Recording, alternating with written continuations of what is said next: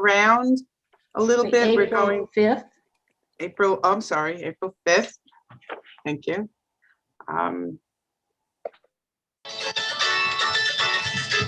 After public comment, we're going to hear the subdivision for 525 Albany Post Road.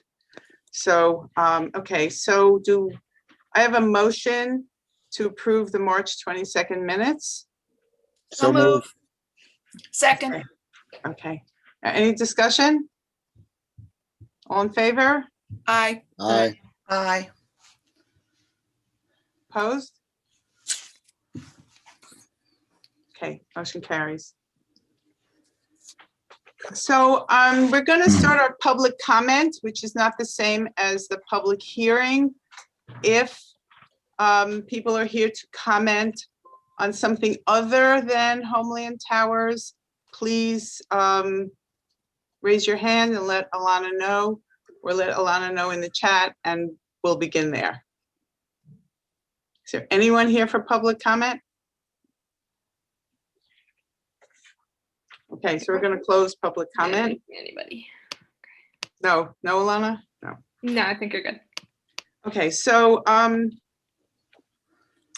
next is our subdivision at 525 Albany Post Road. Mark Albright, you're here? Albrecht? I think I see him, I think.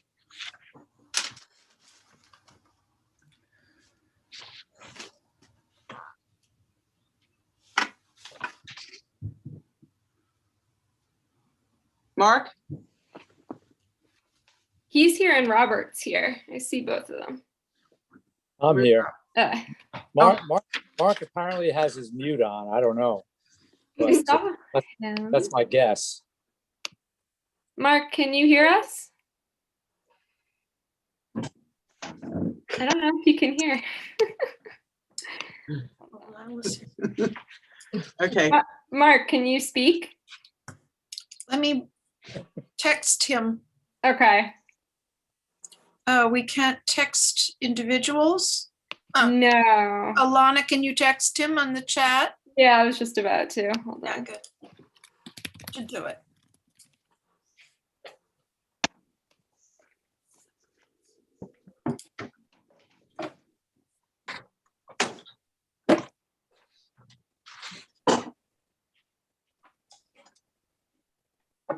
Okay, well, maybe Robert looks like you're gonna have to represent him. Oh, you're calling him right now? I'm trying. Hey, Mark, unmute your video. We can't hear you. Everybody's trying to talk to you and they can't hear you. Cursor top right. It says mute. Is there a bar through it? There's a little icon that says mute. That shouldn't prevent him from hearing us. Can he find it? Can you see it? He's talking, but I don't hear him. I see his mouth moving. Mark, can you hear us? Put your thumb up if you can hear us. You He can't hear can't us. hear. No, he can't hear. No. Can't hear us. I don't know. Maybe he can call Yeah. in. Yeah. That's an issue. Okay. All right. He's going to try to rejoin. He's going to shut down and rejoin. When he was trying to join before, his audio was taking a long time to connect, so I feel like maybe there might be an issue.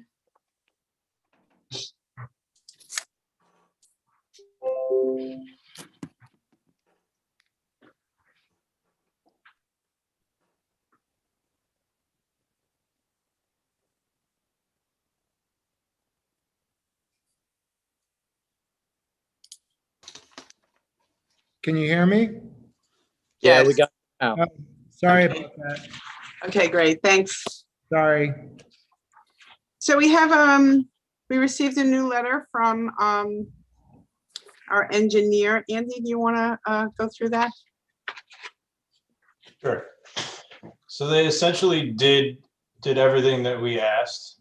The four things I noted in my new letter are they're still waiting to hear from the DEC on whether the project has any impact on the bald eagle or the pod-build grebe.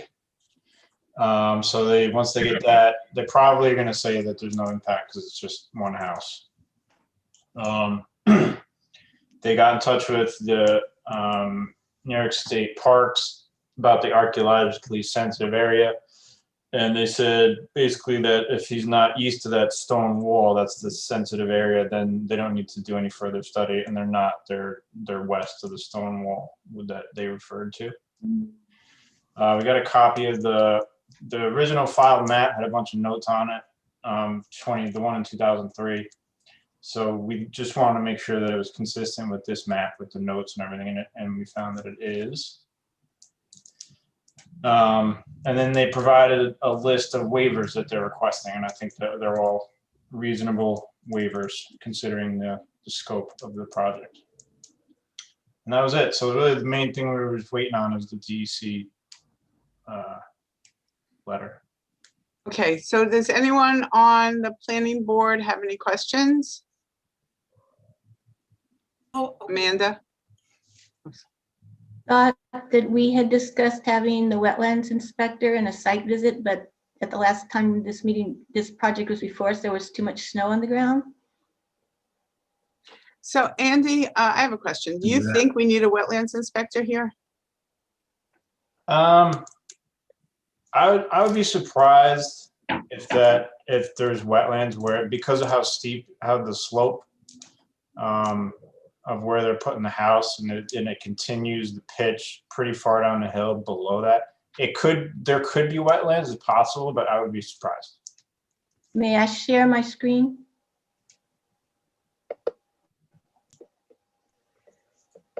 It's okay with me. Alana has to arrange that. I don't. I think it's happening. Can you see it? starting. There you go. Okay. All right, this is something that David might recognize. Yeah, I know, I'm washed out. Here's Albany Post Road. Here's the parcel outline. And how do I get rid of you folks here? So here's the stream down at the bottom. Here's where regulated, oops, no, that's not right. Here's where national wetlands are. Here's where probable wetlands are, and here's where possible wetlands are. Oy. Yeah. So based on this, that's why the request was.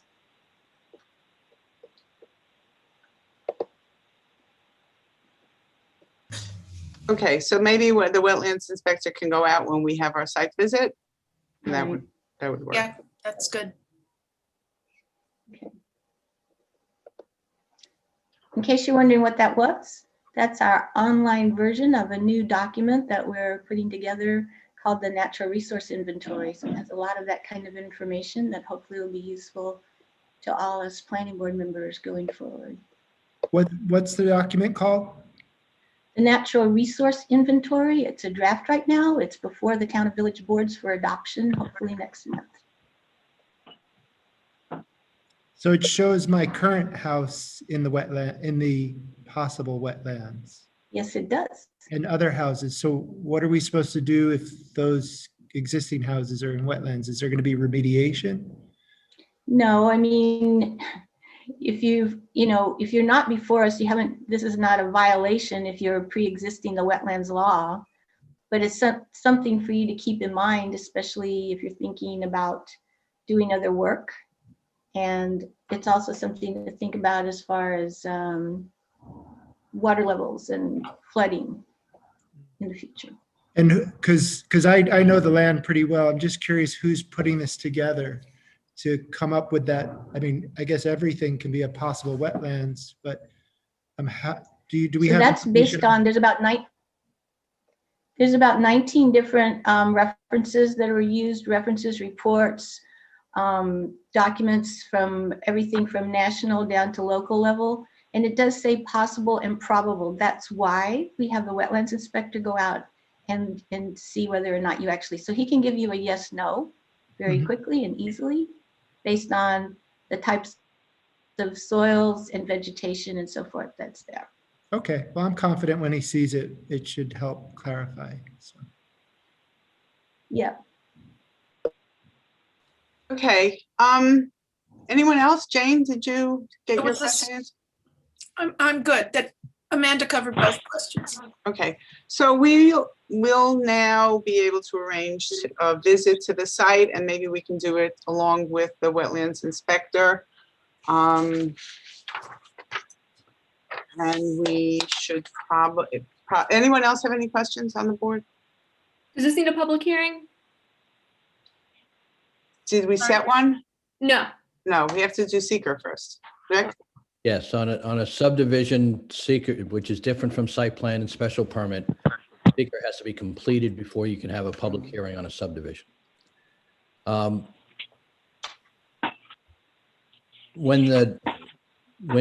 the wetlands inspector is going out at the same time planning board is going out, I just caution that if there's a quorum of the planning board at that site visit, you cannot discuss, even with the wetlands consultant, you cannot discuss anything about the project.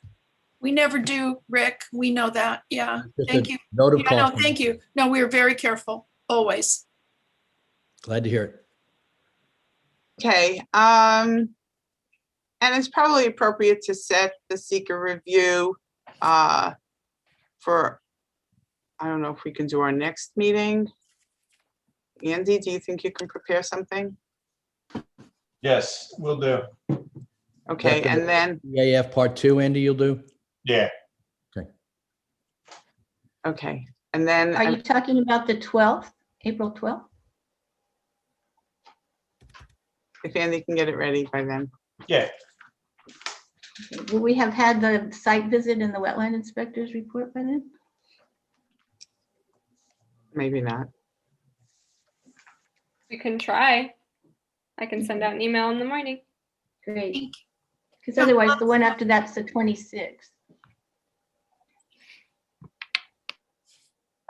So even if we have a site visit this weekend and the wetlands inspector, it's highly unlikely that we'll have a report by Monday. The 12th is next week, right?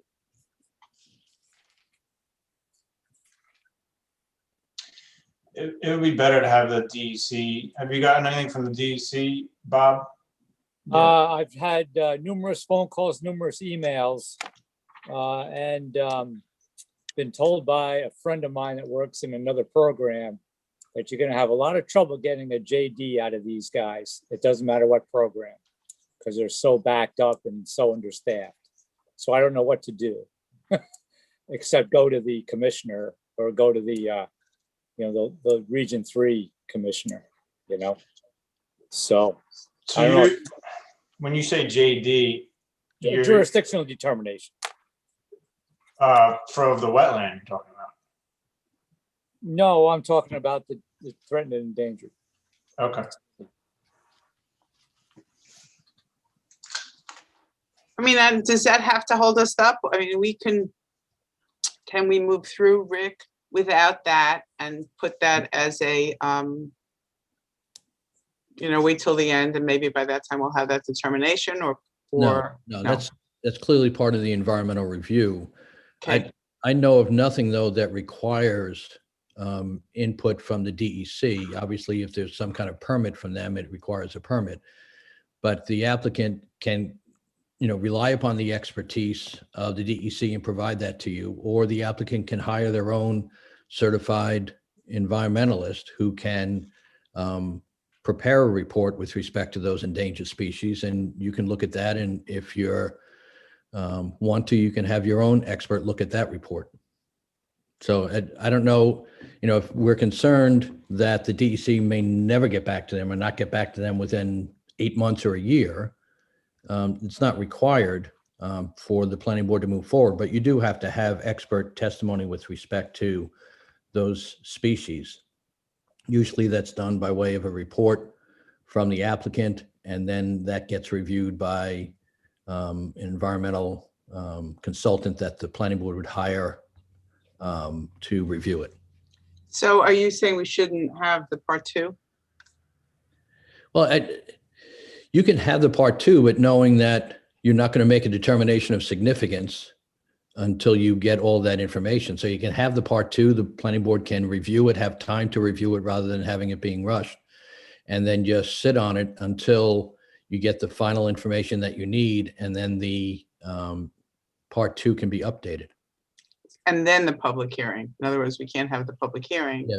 You have to have either a negative declaration or go through an EIS process, and the finding statement is the final end product of a secret EIS process. So one of those two have to occur prior to a public hearing on all subdivisions, and that's statutory law for subdivisions, state statutory law. So I think it probably makes sense not to put this on the agenda for next week so that we can safely have our visit, the wetlands inspector come and make a report. And then perhaps by then we'll hear from the DEC or Bob's, maybe we can get some kind of person, of some expert to give you some kind of report that we can review. Is that possible? Yeah, anything's possible. Hopefully DEC gets back to me. We Okay. can also, Mark Carabata is also an expert in that. So when he's at the site, he could give some general comments on that, I would think. Rick, is that enough, or do we need something from the applicant and then our expert review? Typically, that's the way it works, is that you don't do the applicant's work for them of your own consultant, because then the consultant is kind of becoming their consultant. So typically what you have is the applicant has a consultant and then your consultant reviews their work. Okay. Okay. The other thing, Adele, I think on subdivisions, the ENCB is required to also provide the reviews, and they meet on the 21st. So that just helps also to help decide which meeting.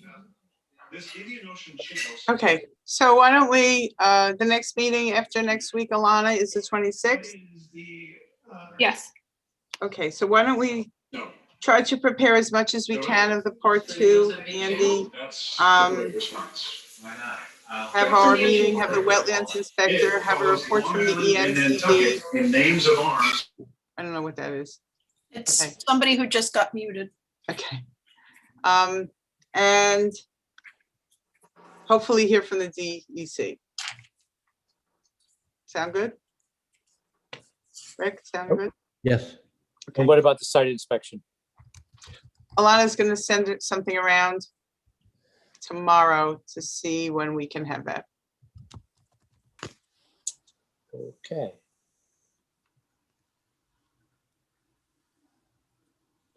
Okay, any other questions about this? Okay, thank you. Thank you.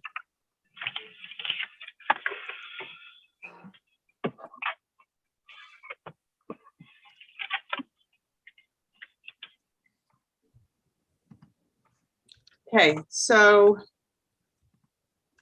just a second. All right, so next is our public hearing. Public hearing for 60 Jansen Road, Homeland Towers. So everyone that speaks is going to be limited to 5 minutes. We're going to allow some extra time for the attorney that was hired by some of the neighbors to be the last one to speak tonight. So Alana's going to keep time. Please keep your comments short enough to fit into 5 minutes. Okay. Alana, you going to time? Yeah, do you guys have to officially open the public hearing or? Oh. Yes. Usually you should go ahead and make a motion to open the public hearing and describe the content of it. A lot of times that's taken from the public hearing notice itself. Okay, so who would like to do that? Matt? Do you think?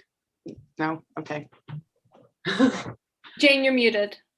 Yep, thanks. I move we open the public hearing. Second.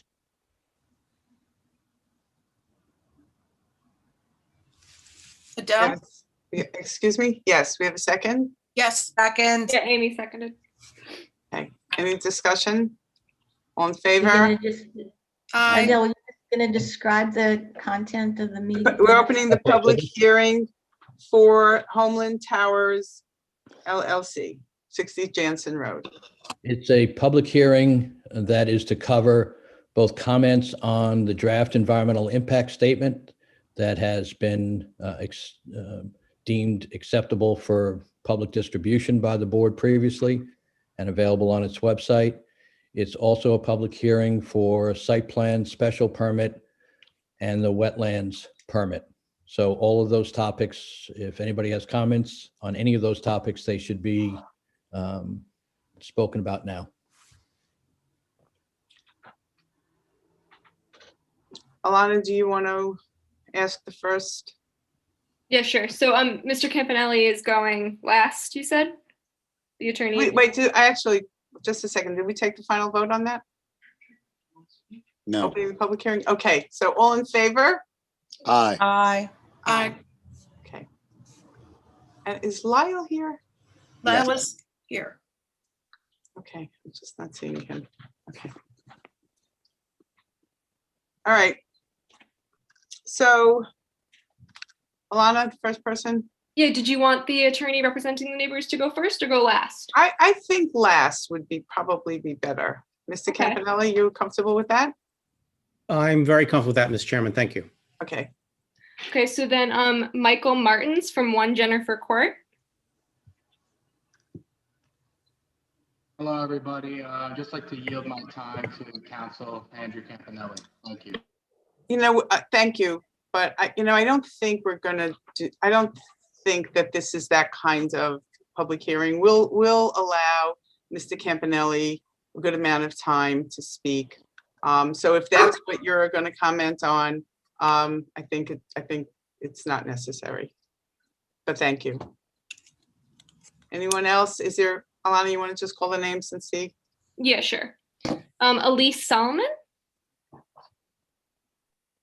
Okay. Hi, can you hear me? Yes. Yes, okay. I live right next door to the proposed cell tower site, and it would be closer to my property than anyone else's. I know this is about community character, but any opportunity that I get to speak on this proposal, I appreciate. I've been a homeowner and a taxpayer in this town for 24 years. I lived on Springtown Road for 13 years, and I knew what I was getting buying a house in a floodplain. I never thought in a million years after buying this home on Jansen Road that I would be fighting to not have a commercial cell tower built in my backyard. I shared photos with the board secretary to share with the board members of the second balloon test from November 21st, 2020. This test with the larger balloon showed even more the negative aesthetic impact and how out of character with our residential neighborhood such a commercial structure would be. Personally, it was horrifying to see. It was visible from every spot on my property, from both outside and inside my house. I could see it from my kitchen table, my living room couch, and from all the bedrooms upstairs. It was so obtrusive and would be a constant eyesore. I didn't even want to go outside on that day. When Vincent Xavier from Homeland Towers drove down my driveway, uninvited, to check it out, he could clearly see the balloons looming over my property. Our home is our sanctuary and the only place that we find peace in this world. I have worked so hard to make this home for my family. This proposed tower would not only ruin our beautiful views, but also decrease the value of our home by at least 20%, as stated by our real estate broker letters previously submitted. This would negatively impact and reduce my long-term real estate investment and my retirement.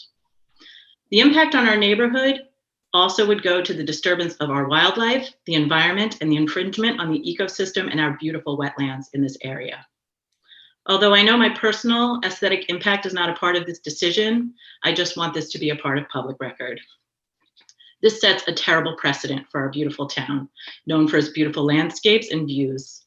This would open doors for others who would look to add commercial structures to their residential properties in spite of what their neighbors would want. On that note, I would like to say what this is really about. At the June 11th public hearing on this proposal, the homeowner of 60 Jansen Road made a public comment that was very telling. He said his taxes aren't getting any cheaper in this town, and the revenue generated by the rental of the cell tower would help him to live here. He tried to build a theater 10 years ago and was denied, and this is his next effort to make money on his property. Homeland Towers will make money off Verizon and the other carriers that Homeland would add to this tower as soon as they were able. There has been no proof given that this proposed tower needs to go in the middle of our residential area. I beg you to please deny this application. There are so many reasons that you can say no. Please help us save our homes. We are counting on your leadership to protect our rights as residents of this town and as property owners and taxpayers. I thank you so much for your time. Thank you. Thank you. Thank you. Megan Martins. Hi. Can you mute your mic? Sorry, I was also going to pass my time to our counselor, but I'll take a second to speak. I think Elise said everything really well, and I'm probably going to, say a couple of things that she said as well. But my husband and I moved into our house last December, and one of the things that really drew us to New Paltz was just the privacy that we have here, the peaceful nature of the town, of just the nature that's surrounding us.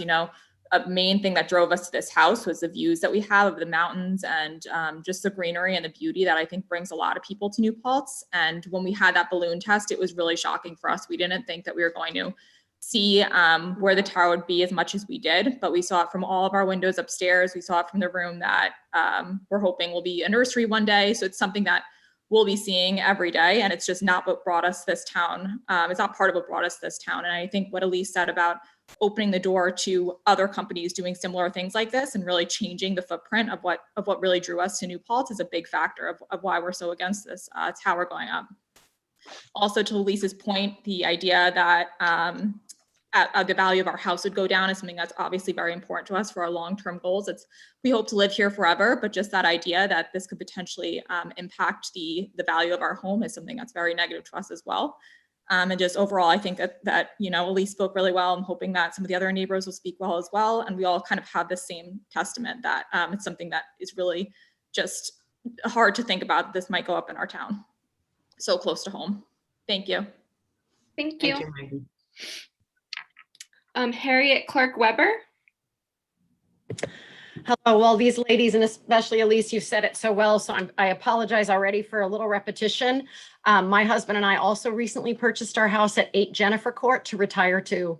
We've been in the city for a long time, and we were especially drawn to New Paltz because of the climbing community, the charm of the city, and especially because the town itself seemed to value so much the preservation of the land, the nature, the wilderness. They valued it, and that's what we saw as there was development and commercial, but limited so that we could keep the scale of what was so beautiful.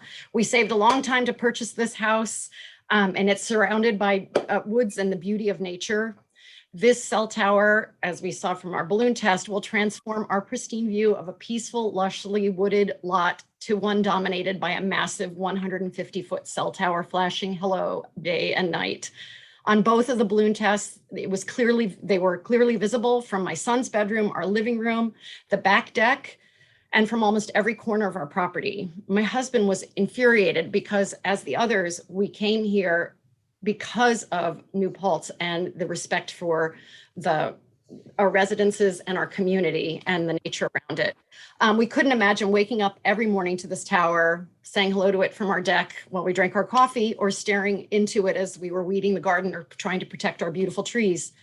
The long-term effect on the surrounding environment as trucks bulldoze and remove trees, access roads are built, fences are erected, and the construction of the tower itself will be permanent in its way, but I'm sure you are studying all those impacts. That's what you're here for. But we are asking you to please consider what makes the town of New Paltz so special, the proactive work of its citizens and the planning board to preserve and respect the nature of the surroundings and protect the wildlife. This project will not bring better service or economic gain to the area, but will overwhelmingly and adversely impact the quality of our neighborhood and our property values. 1 year ago today, my husband was admitted to the ER of the hospital he worked in, promise I wasn't correct, for 24 years with COVID, and he died 3 weeks later. Sadly, we're not going to get the retirement we dreamed of together, but I'm here to speak for him because he cannot. This property, in our property and in this town, we feel his spirit so much, so it is especially important to us. Please do not allow this tower to be erected in what is such a special part of the Northeast, especially so to my husband and our family. Our property will be so detrimentally impacted by this massive construction. And I can't state strongly enough how negatively this will affect our properties, the environment, and our lives by having this as the beginning of what could be an open door for more constructing of this nature. Thank you so much for your time and your consideration. Thank you. Terry Merrill?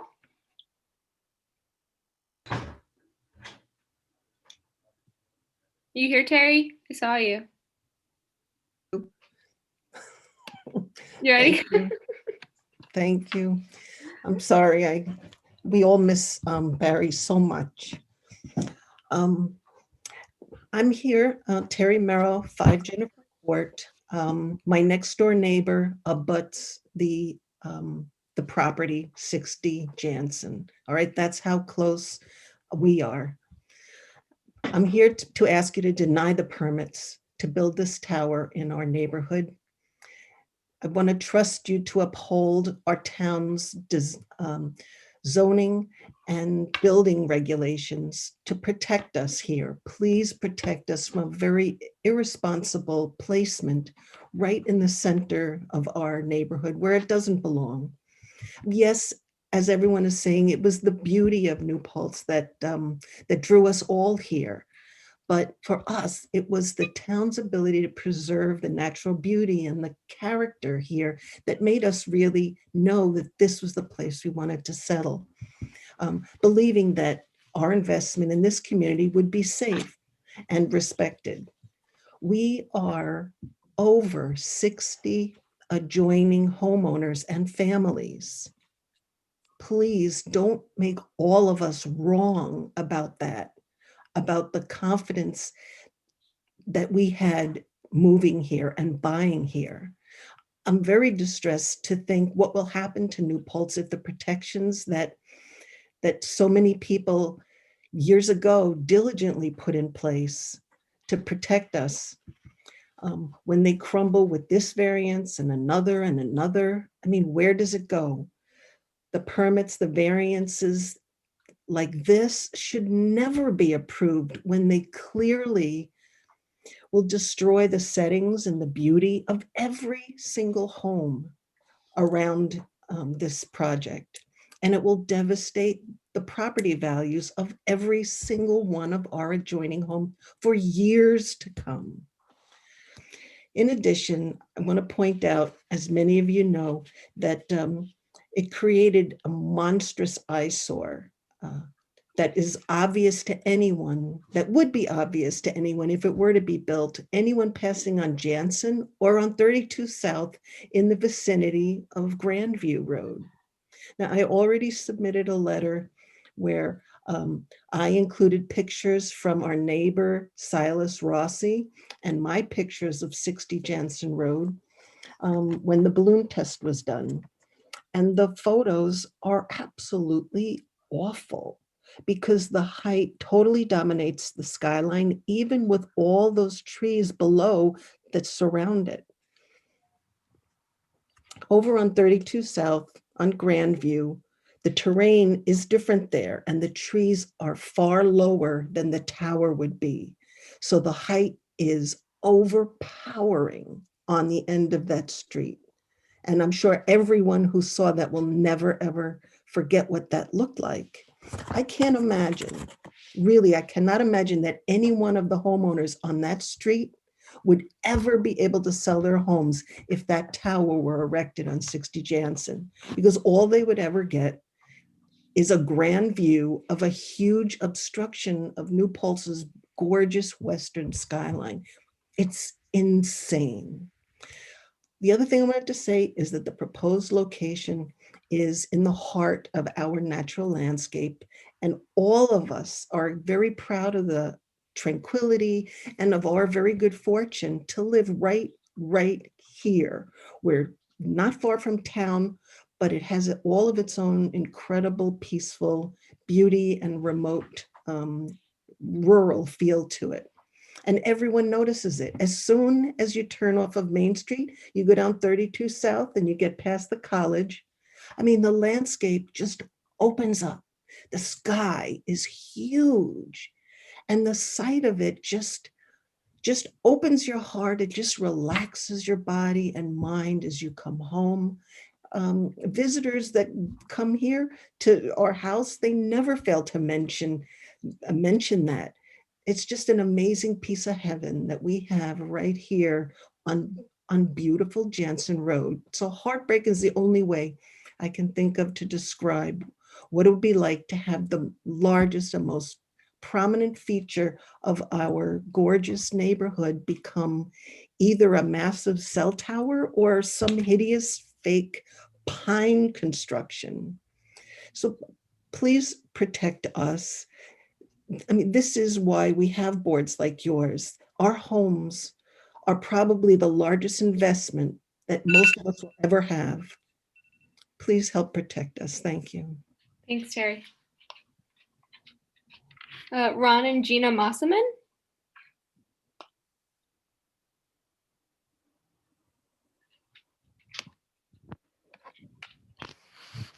Unmute. There we go. All right, you can hear me? Yeah. Okay. Good evening, neighbors, and good evening to our town board, our representatives. I have some somewhat prepared remarks, but I just want to thank you for taking the time to listen to our concerns, our grave concerns, frankly, about our homes, our property, our neighborhood, and our community. We built our house like 24 years ago. And when we built the house, I put in as many windows as I could. So I could have this, we have about almost 6 acres, this 360-degree view of the wonderful surrounding natural woods. And I even paid extra for the extra windows, extra long, extra wide. And then as we moved into the house, we had some wetlands near the front, at the base of our driveway. And we said, we'd like to do something about them, maybe put in some backfill. And we applied to the town. And I was reminded of this when I saw that today's, and I don't know if it's the same thing, that this evening's meeting has to do with the watercourse protection permit and the town wetland. We considered it, but then we were told by the town, don't touch that area. It is a protected free-flowing tributary. You'll impact the natural habitat and leave it alone. And you know what? We said, yes, we get it. And we respect that. And actually, that's why we're here. And we built this home here. Like many of my neighbors have commented, we raised our family here. We are retired here. This is our major investment. And what seems counterintuitive to me is that New Paltz has truly prided itself on the environmental organizations, whether it is the Wallkill Valley Land Trust, the Hudson, the River to Ridge, the Mohawk Preserve, the Nebraska the Open Space Institute, and the town of New Paltz has always it's always followed and loved itself the core principle of these organizations that treasure and cherish the natural landscape. And it just, I'm a little bit more, well, I'm just surprised. I consider unconscionable. I know that's strong, a bit egregious. I know that's strong, but emotions run strong here when you are talking about our safe haven, and that's how we feel about our home. I hope that our town representatives, and I know that my neighbors and have presented this very succinctly, will consider how we feel about our property. I do want to say one other thing. We can see the red balloon, and we will be able to see this tower specifically from our front porch, our rear deck, and all western views on my home and windows that I paid extra for, mind you, so I could see that. and the sanctity. And I thought of another word today that I think really fits where we are. It's serenity. That's how I feel back here. That's how I feel in this area. People come, we take advantage of the surrounding.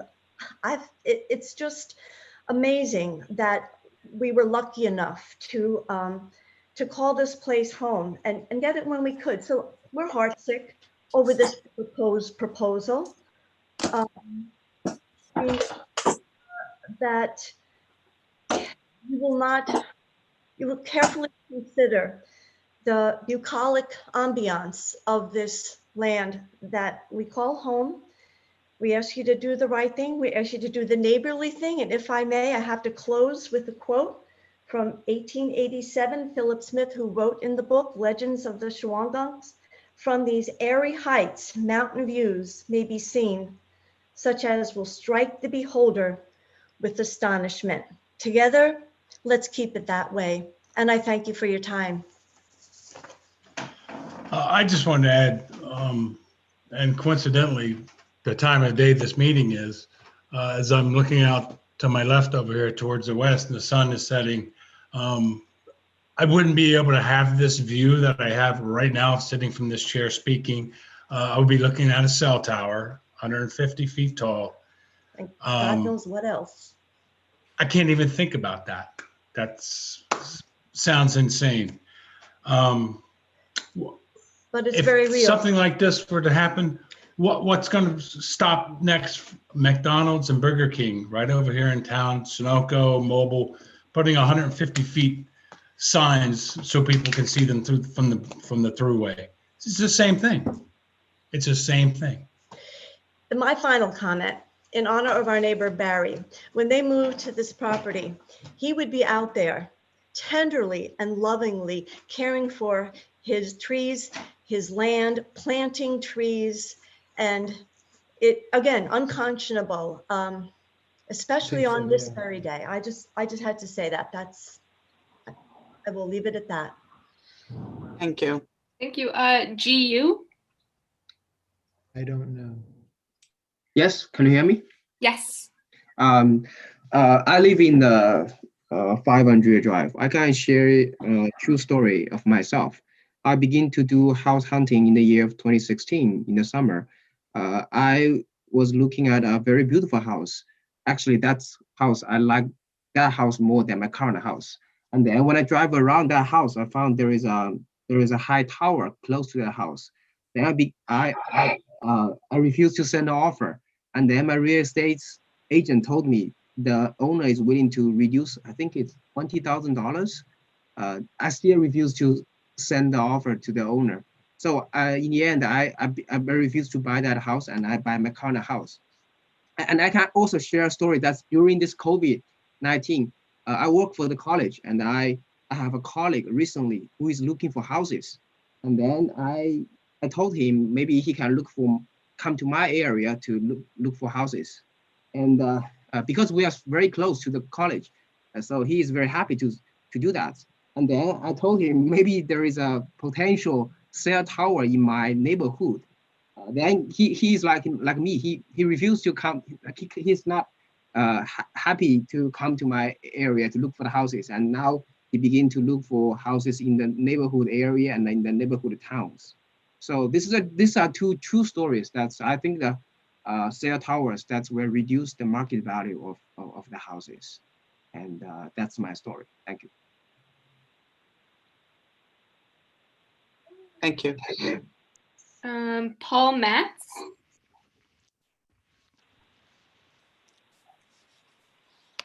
You here? I am. I have no comment at this time. Okay. Valerie Guchin Arnaud? That's me. Hi, do you hear me? Can hear you. Hi, yeah, I live at 82 Jansen Road. I had planned to cede my time to the lawyer that we hired, Andrew Campanelli. You say that that's not necessary, but I just want to make sure that he gets all the time that he needs. I do live at 82 Jansen Road, as I said, which is completely adjacent to this horrible cell tower. I'm too horrified to talk, and I haven't been able to find my voice to discuss this in any of these meetings because it makes me sick to my stomach. What it would do to my property. The cell tower would be closer to my property than it would be to the owner of the property where the cell tower would be. It's an enormous imposition on my property and everybody else's. I'm horrified, and I just agree with everybody else's horror at what this project would do. Thank you very much. Thank you. Chris Arnaud, did you want to speak? Yeah, hi. I'll just put some words to my wife's. We live at 82 Jansen, and you can look out the window. You can see in the background. That's where the cell tower would be, right there. We're adjacent to the property. The irony is the cell tower will be closer to my house than it will be to the 60 Jansen Homes house. You know, I mean, I guess the only upside I can think of is that the blue heron family that lives over there, that comes every morning to my pond, will probably die from the construction of the cell tower. So I won't be bothered by the noise from the frogs at night and the coyotes and you know, all the animals that live right over there when they construct the tower. So I guess I'll get that upside. I think the frustrating thing is, I'll just leave it here, is he's getting all the upside, i.e. the money, and I, who the cell tower would be closer to, get all the downside. So I just don't think that's how neighbors operate. I don't think it's how community should allow neighbors to operate, that someone can do a very selfish thing and in the process harm those around him without any input from the people he is harming. That's not how the communities operate. That's simply not. This is not, you know, we're not living in some sort of libertarian nightmare where people can do whatever the hell they want on their property. You have to take the impact of the community, and we have to legislate how we think about being a neighbor. And the behavior of this gentleman by putting his tower closer to my house than his house is just not how a good neighbor operates. That's it. Thank you. Vicky Beach. Hello.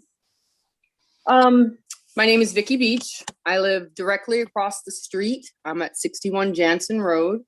I'm a real estate agent. I drove around the days of the balloon test, to several of my neighbors' homes at their request, just to see from their properties what I could see as a realtor. So I have comments, you know, feelings about that as both a neighbor and as a realtor and as a homeowner. I have feelings about this project. So my house sits directly across the street, and the majority of the windows in my home face south and face this cell tower. It'll be the view from over a dozen windows in my home. And while that's a fact, and the balloon test was a bit of a shock, the truth is also that he's putting it at the farthest part of his property from his home, which is also further from my home. So it's not looming over my house as it was over many of my neighbors' homes whose driveways I drove down. And many of those homes' appeal is the private natural setting, which will be literally destroyed by the cell tower. So as a realtor too, just to say, you know, I help people buy homes, and I know what a burden, a financial undertaking that is for people. It's the largest single investment most people will make. You know, people take second jobs, and families work dual incomes, and they juggle, you know, all the kinds of things for home ownership. And people in this neighborhood bought into their homes in these neighborhoods and made sacrifices to do that, and continue to make sacrifices to do that. And if you allow this tower to be built, you are going to have just devalued all that hard work and that investment. When I suggested this, and when my comments were read at one of the meetings, representatives or from Homeland said that there was no proof that towers devalue property, which is absurd. The proof is in the marketing. If you ever read anything in terms of real estate, we talk about location, location, location. When we advertise property, we talk about privacy. We say wooded. We say charming neighborhood. We talk about curb appeal, views. We talk about all these things, and we photograph homes to appeal to buyers. I would not take a photo. I would take a photo without this tower in the background if I was advertising anybody's home in this neighborhood, just to try to get them through the door. And if I could get them through the door by taking photos without this tower in the neighborhood, I would still have to make the price of that home less than an exact copy of that home in a neighborhood without a cell tower in order for that house to compete. And that's just a fact. So aesthetics are important, and you're devaluing my neighbor's, again, largest investment. So this leads me to another piece of this that was brought up. So the zoning board has criteria they have to meet in order to give a variance, correct? And it's an unnecessary hardship is one of the things. And I think there's like 4 or 5 things. I had them listed out. I don't have it in front of me right now. And if any one of these things isn't met, the variance really shouldn't be granted. So the homeowner referred to his high taxes at one of the meetings. I don't remember if it was the last one or one before. Well, guess what? We all pay high taxes. We all pay the same dollar value per thousand of what our assessed value is in New Paltz. We all pay high taxes. This isn't his burden alone. It's all of our burdens. So why is his financial discomfort more important than the rest of ours? Why does he get to change the aesthetic of an entire neighborhood, devaluing the single most substantial investment made by the rest of us? Your zoning rules are set up to protect us from just such a thing, and I ask you to adhere to them. Thank you for your time, and please protect our investments. This is about our families. This is about our neighbors. This is about our communities. These rules are here for a reason. Thank you. Thank you. Karen Braunschweiger? Hope I said that right. That was great. Thank you. Yeah.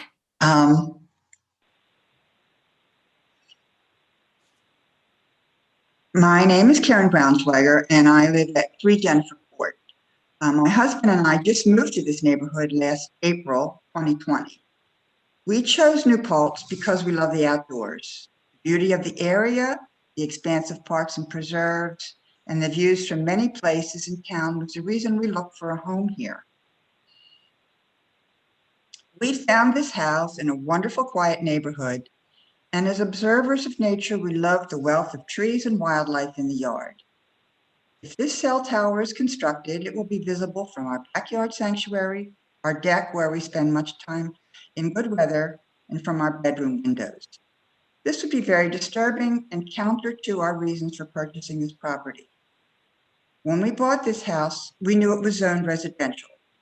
We were impressed with the rural feel, the number of small businesses nearby, and the lack of commercial development in this residential area.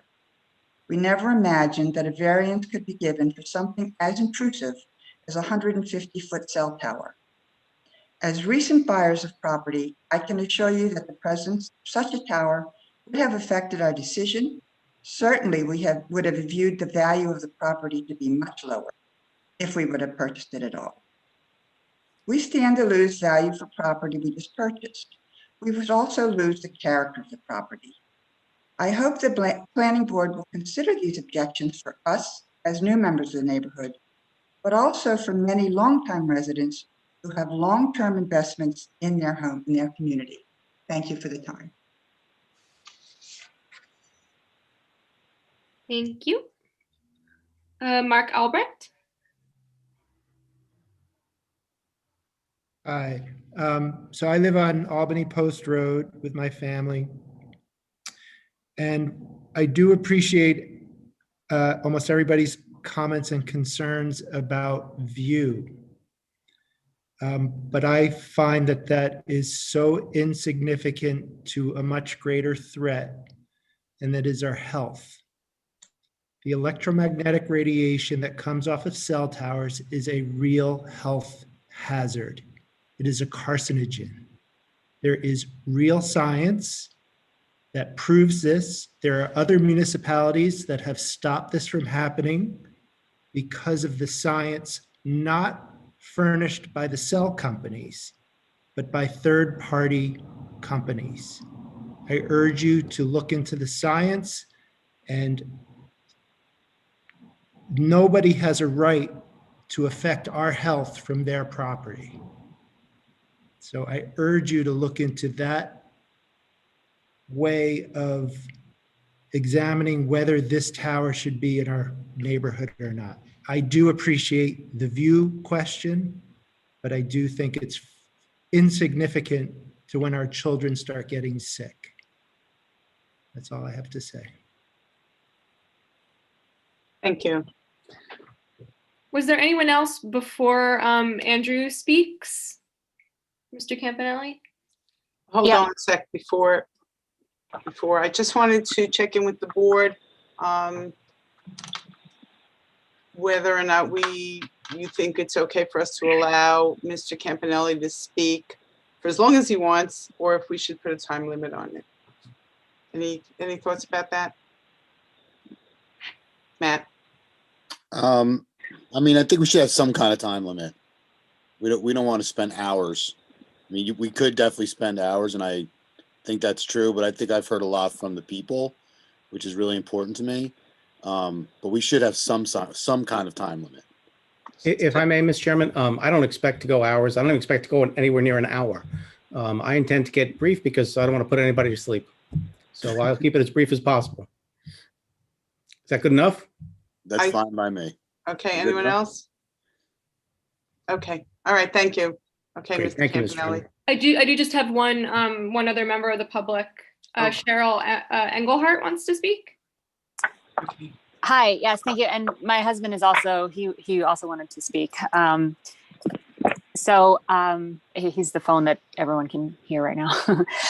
So I'm on Jennifer Court, and you've heard from a lot of my neighbors already, and about, we can see it from all of the places all over our house, the windows and stuff. So the aesthetics, I think we've got that covered. So what I mean, and I'm also saying that we can see it, the balloon and all that stuff. But what I really wanted to talk to was the neighborhood and just how special this particular neighborhood is. And before COVID, the barbecues, not just Jennifer Court, but Andrea Drive and the side roads back here. And when Barry passed away last year, the candlelight vigil, people showed up to not even having met him, half of the neighborhood.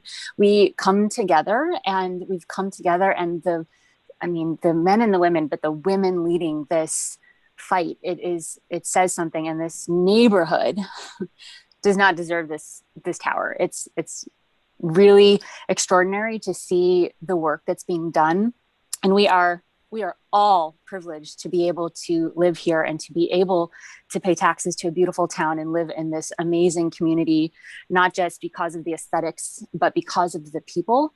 And what we're doing with that privilege here and what we're fighting for is the precedent of protection of the taxpayers.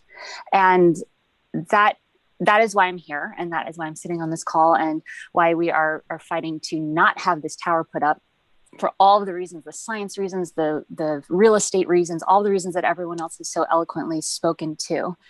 But there's also the community that we've formed here that represents larger New Paltz that is so important. And for that reason, I'm asking you to, Amber, Amy, Matt, Jean, everyone on this board, thank you so much for just hearing us, first of all. But I'm asking you not just, will you please reject all of this, but what would you do?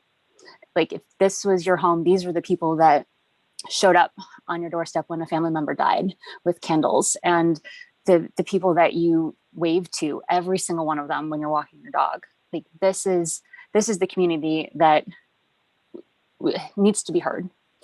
And we're all saying the same thing for a reason. There are dozens and dozens and dozens and dozens of us coming and showing up because this is really important for a reason.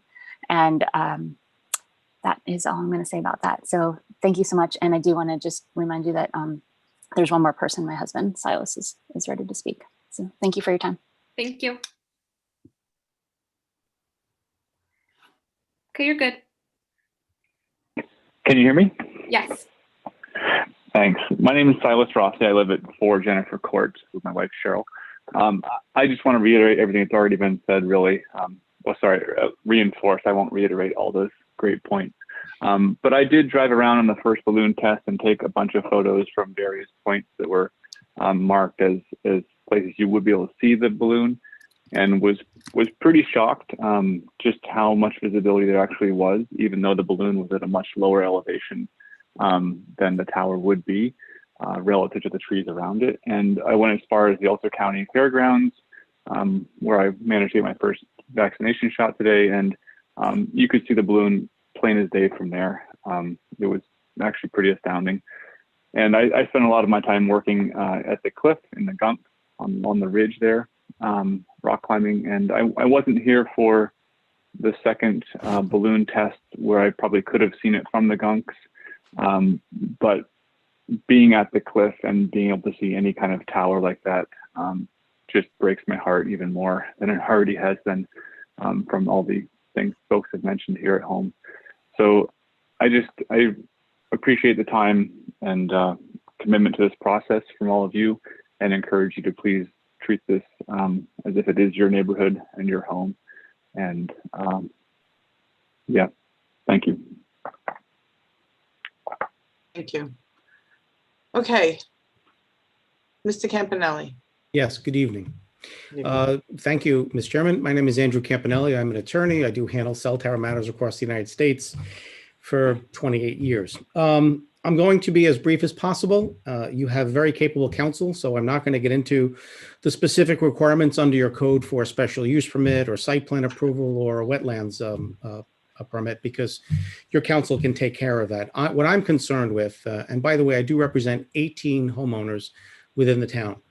I'm concerned that I want to ensure that I can convince you not only that this facility should be denied under your code, because it would be a wholly irresponsible placement of such a massive facility, but that I want to make sure that if you choose to deny it, it's denied for a legally permissible reason, and that the denial is based upon what's called substantial evidence, because this board is constrained by certain requirements, which are primarily procedural under the Federal Telecommunications Act of 1996. So this board is charged with the responsibility of making two types of determinations, factual determinations. The first is whether or not granting this application would be consistent with your code. But the second type of determinations you must make are Telecommunications Act determinations, because if you don't, you could open up your decision to attack. And I don't want that to happen. I want to make sure that your decision is as immune from attack as possible. So with regard to local zoning determinations, it's fairly clear, I think the record at this point is clear, that if this application were to be granted, it would not only violate your code, it would actually inflict upon the nearby homeowners the precise types of adverse impacts that the town adopted a special use permit requirement to prevent in the first place. And these are dual problems. For example, in your code, as with most smart planning provisions, and that's what you have what's called a smart planning provision. It sets forth the legislative intent. And one of the legislative intents set forth within chapter 140-70 is you adopted these code provisions to protect against adverse aesthetic impacts, or more specifically, unnecessary adverse aesthetic impacts. Now, with regard to this particular case, putting a 15-story tower in such close proximity to homes where nothing stands more than 2 stories in height would be the precise type of construction that your code was intended to protect against. Obviously, this thing will have a dramatic adverse aesthetic impact on the nearby homes. You've heard from the property owners. Now, one of the constraints that the Telecommunications Act imposes upon you is that it says local governments cannot deny applications for cell towers unless the denial is based upon what's called substantial evidence. So how do you have evidence, substantial evidence of adverse aesthetic impacts? Well, fortunately, federal courts in the Second Circuit have recognized that the persons in the best position to know and understand not only the nature of the adverse aesthetic impact, but the extent are the homeowners themselves. And in the OmniPoint case, which is cited in the brief I sent to you, federal judges recognize that personalized letters from the homeowners detailing from each of their personal perspectives the nature and extent of the adverse aesthetic impact they'll suffer is substantial evidence. And that's why I've given you detailed letters.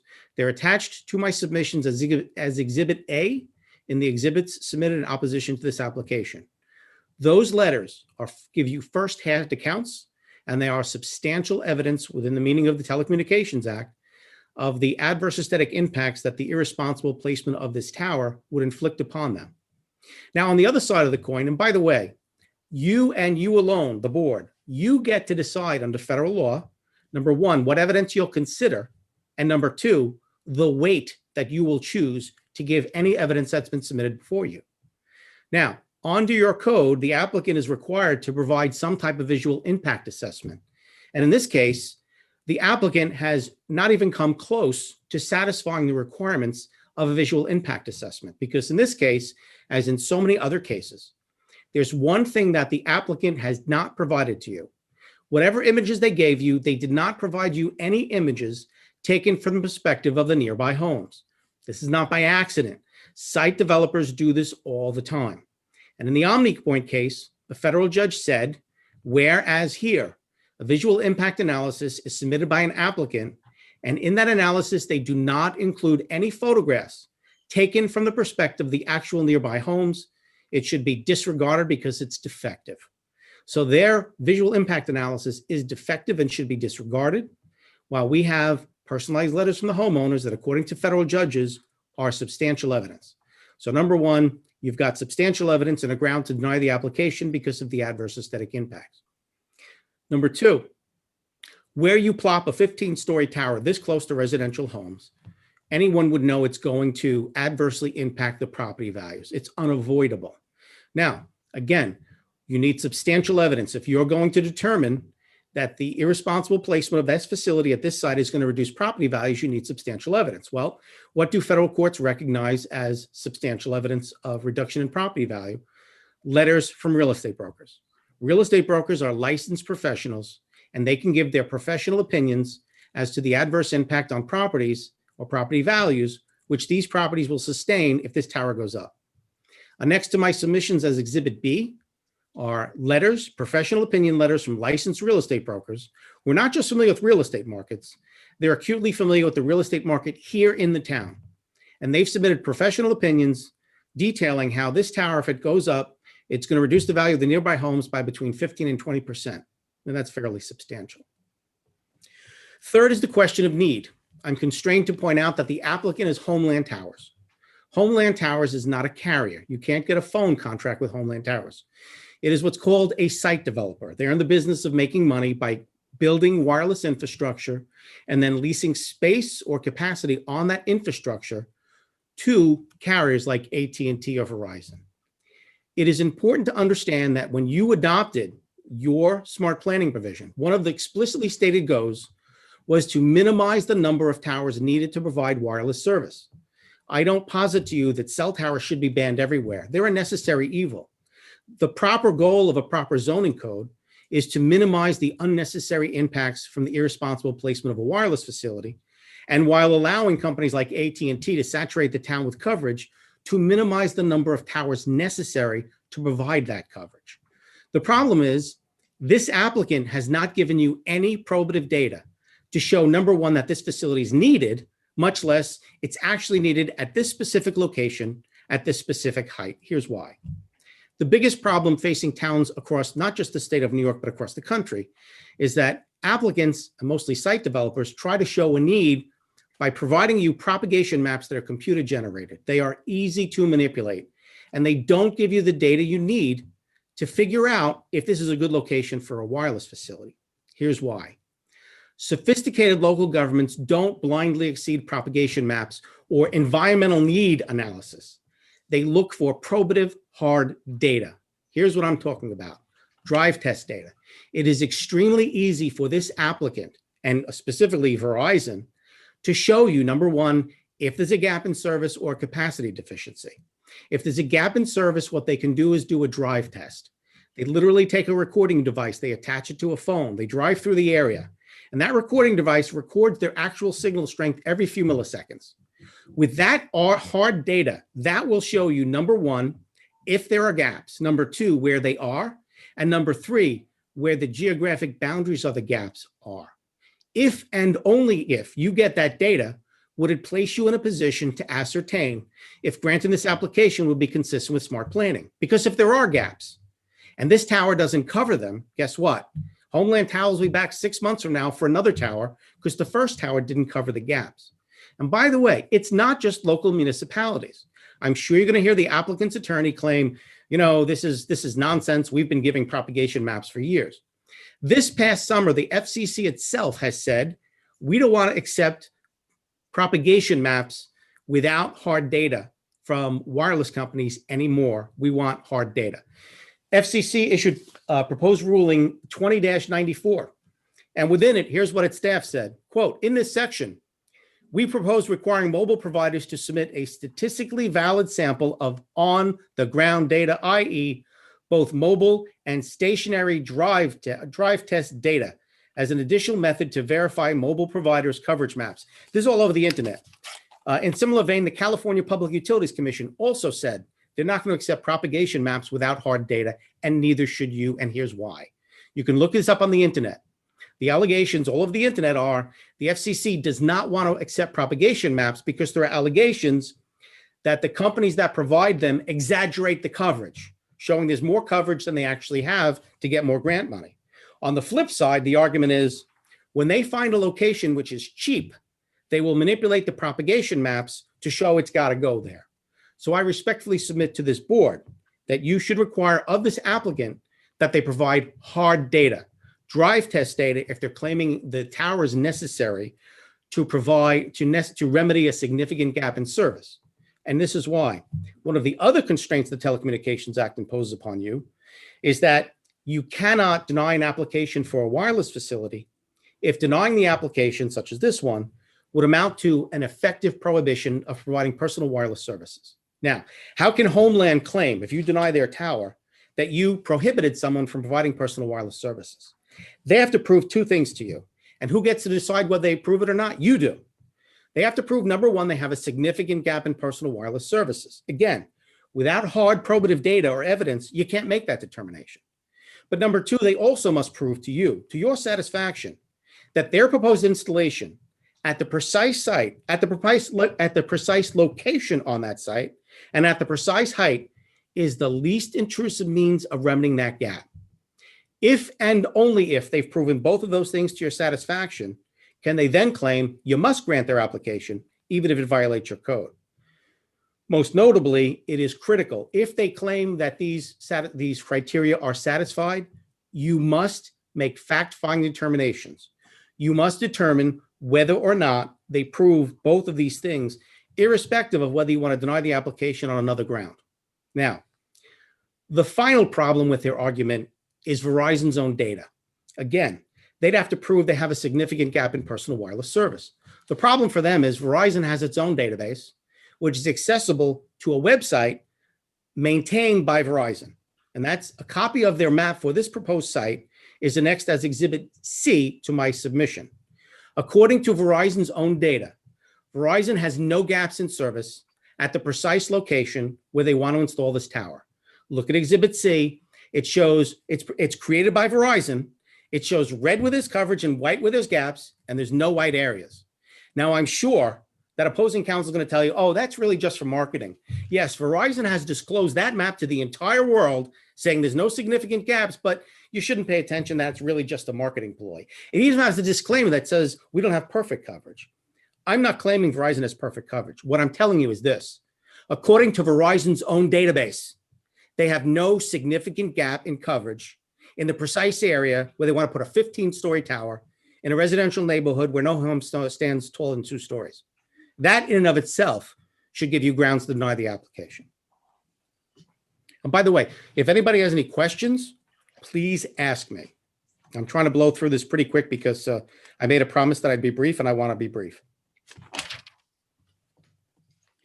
So your code, your legislative intent says the whole purpose of your code is to prevent unnecessary adverse aesthetic impacts, protect property values, minimize the number of towers necessary to provide coverage.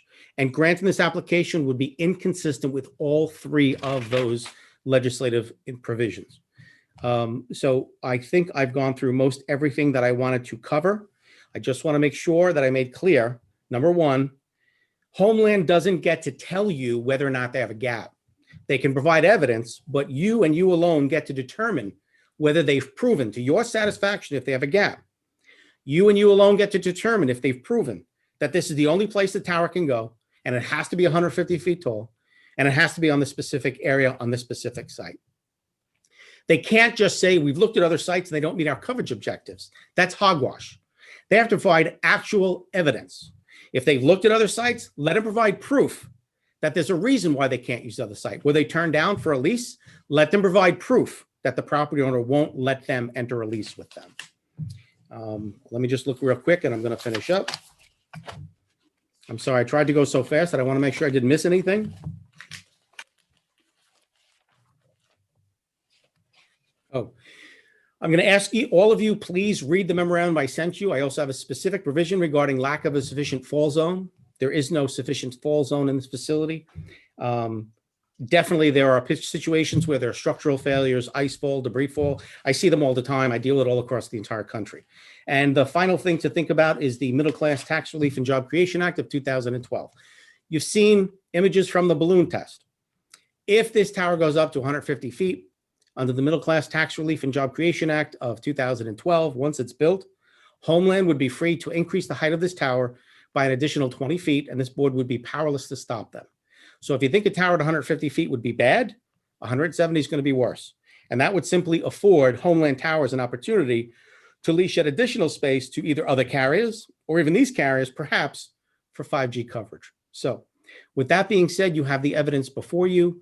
You have very experienced counsel who I'm sure can guide you as to the requirements of your code. But I respectfully request that this be you deny the application for each of the permits. And in doing so, please render factual determinations for both the local zoning issues and the TCA issues. And I will leave you with this final note. When an application is denied and some site developer or carrier brings a federal lawsuit in federal court, federal judges loathe Telecommunications Act cases and they loathe zoning board cases. They hate them. They don't want to be zoning boards of appeals, and I don't blame them. And so they grant great deference to local zoning boards. If there's even one reason valid for your determination, and you reference in your decision the evidence you relied upon on making a factual determination, federal courts are loath to set them aside. And even if somebody gets sued and win under the Telecommunications Act, a prevailing site developer or carrier does not get attorney's fees and did not get damages. So in cases where towns get sued and they lose, they don't pay the applicant a penny. Mr. Chairman, I thank you for affording me the time, and I thank all of you members for listening. Thank you. Thank you. So I'm thinking that we're not going to be able to discuss this because we're not able to close the public hearing. Even if no one comes to the public hearing next meeting, we're still able to accept reports, emails for 10 days. Is that right, Rick? 10 days? Yeah, it's 10 days, but that's after the close of the public hearing. So Okay. your determination tonight is whether or not there are other people trying to get on that can't get on, and it needs to be extended. But typically, if you've given enough time and people have had an opportunity, then you close the public hearing. But if you close the public hearing, everyone has the right for 10 days to go ahead and submit any additional documents they want, no matter how long it is, to submit that to the planning board. And those are considered with the same weight as any verbal comments that were made. So all of the matters that have been submitted to you previously in connection with this DIS, the comments tonight, the comments referenced tonight by Mr. Campanelli and others, and any future comments that you will receive in the next 10 days all have equal weight. So somebody doesn't have to worry about, well, I'm just writing in by an email, so that's not going to be given the same weight as somebody speaking. And that's not the case. You're required to go ahead and give all of this information equal weight. So if you want to close the public hearing tonight, you can do so. Then there'll be at least 10 days for public comment.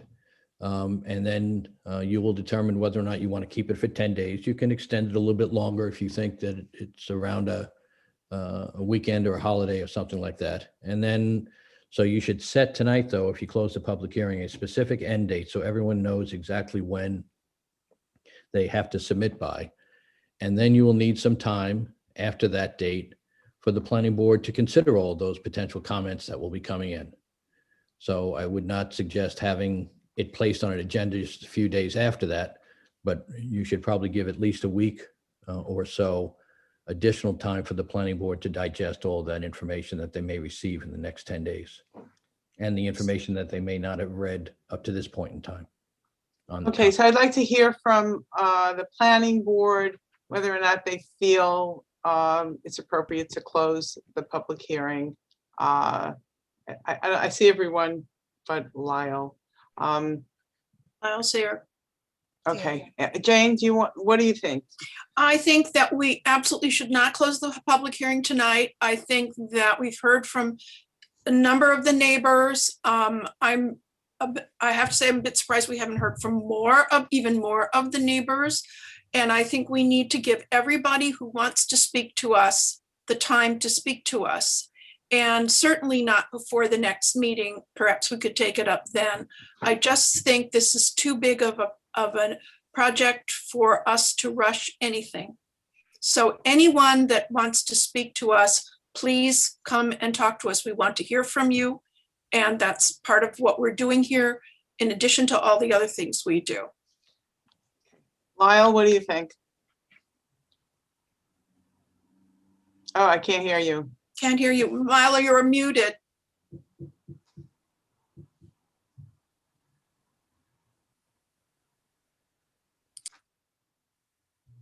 I think you can do *6 on your phone, unmutes it on the phone. Oh. Can you hear me now? Yes. Okay. I think we should keep it open a little bit longer, but I think we've heard all the comments that are going to come out. It's up to us to consider the evidence. Okay, but so that's like, okay, Amanda. I just would like to hear from everyone. You don't have to make a whole thing. It's just, you think we should keep it open? Well, the one thing I'm a little surprised about is that we've heard only from neighbors. We haven't heard more from the community at large, with only one exception. And this is sort of, this is kind of a big deal. I mean, this is an example of something that affects the zoning code as to how we approach these kind of, important changes. I mean, I don't know. I'm a little confused about how we're dealing with it anyway, since it doesn't comply with our code, but currently. I feel that, let me ask everyone else. I feel that we've heard from the neighbors and we've heard from the attorney, and it wouldn't be inappropriate to close the public hearing, of course, if the board feels differently, and wait the 10 days, and then wait the 10 days or more. I mean, we can wait more to get more information and more input. I feel that would be appropriate. That's just my opinion. Amy? I like to keep the public hearing open for at least one more meeting. Okay. That way, sometimes these things take a little while to percolate. Maybe there's people that don't know. I mean, a lot of people really don't know, and they don't go onto a town website to find out what's going on in town. So I like to give the neighborhood a little while to percolate and see who else comes out and who else has something to say, so everybody feels heard. And our next meeting is already on the 16th, so I don't think it would hurt us or our neighborhood to keep this open for at least another week. 12th. Is our meeting on the 12th? I think. 12th. Yes, the 12th. Okay. And Matt, what do you think? I mean, that's already a majority right there. Keep it open, Matt? I agree with Amy. Okay. I would like some time to just mull over what everybody said, though. Well, we weren't going to meet anyway. We still have things to collect from. Yeah, I think going one more week is fine because the next Okay. meeting is still closed. Yes, Um, okay. But yeah, that's fine with me. So do we need an official vote on that, Rick, or that was good enough? You're going to eventually, I mean, you should probably hear from Jennifer. She's the only member you haven't. Jennifer, Hi. where are you? Hi, I'm so sorry. You're new and No, that's fine. I mean, I agree with everybody. I think it is important to kind of let the to keep it open, and that does take a while for people to pick up on what's going on. We just want to make sure that, you know, that people do feel heard and that they have the opportunity. One more week isn't gonna, you know, there's no need to close it tonight, I feel. okay. All right, so we're going to keep this public hearing open at least another meeting. We need to do it to a specific date. To the 12th. To the 12th. Okay. And I before. mean, do we have, I mean, if, for example, Rick, if 40 people show up and we can't hear them all, are we obligated to close it? No. I'm just saying hypothetically. No, okay. If that happens, then you would go ahead and adjourn it. Okay, okay, all right. The one thing I do want to point out that, because there was some questions posed by some of the public as well as a board member, is that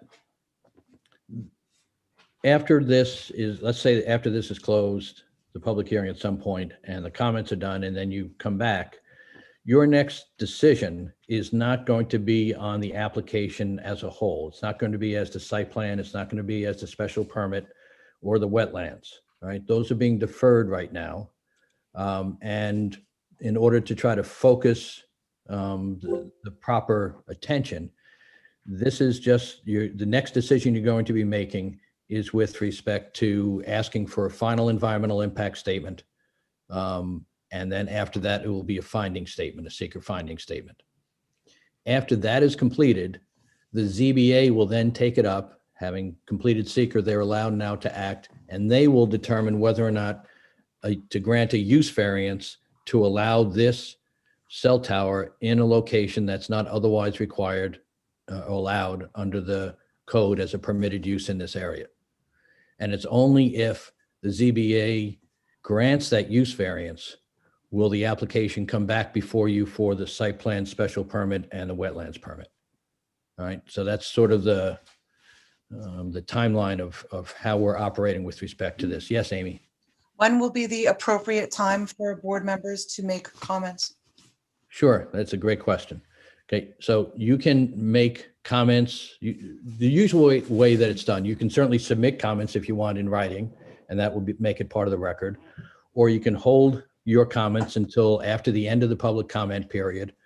And then when you're ending that, it's typically the time that the board would then weigh in with their own comments, having heard all of the public, and weigh in on your own comments. So as we'll part close of the the pro- public hearing and then make our comments, or?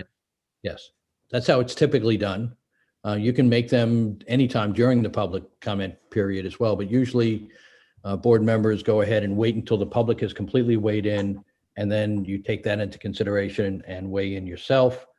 And then you make your comments. And then the next step, as I said, will be the applicant proposing a final environmental impact statement, which has to respond to all of the comments made by the public and by the planning board members and by any involved or interested agencies. They have to come up with that document that answers all of those comments or questions that are posed, including the planning board's comments. Thank you. Okay. So anyone else have any questions for our attorney?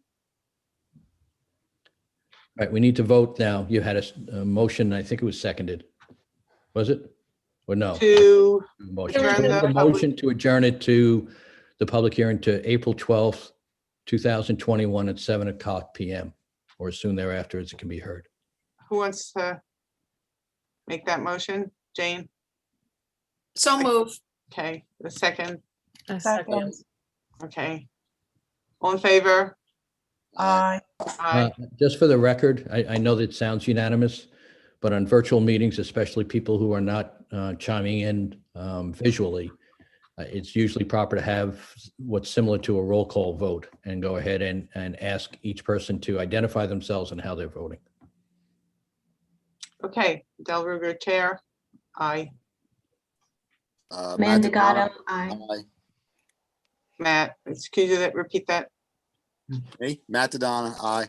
Okay, Jane, Jane Shanberg, yes. Amy, Amy Cohen, yes. Lyle, Lyle Nolan, yes. Jennifer, Jennifer Wells, yes. got everybody? Okay. So that's unanimous.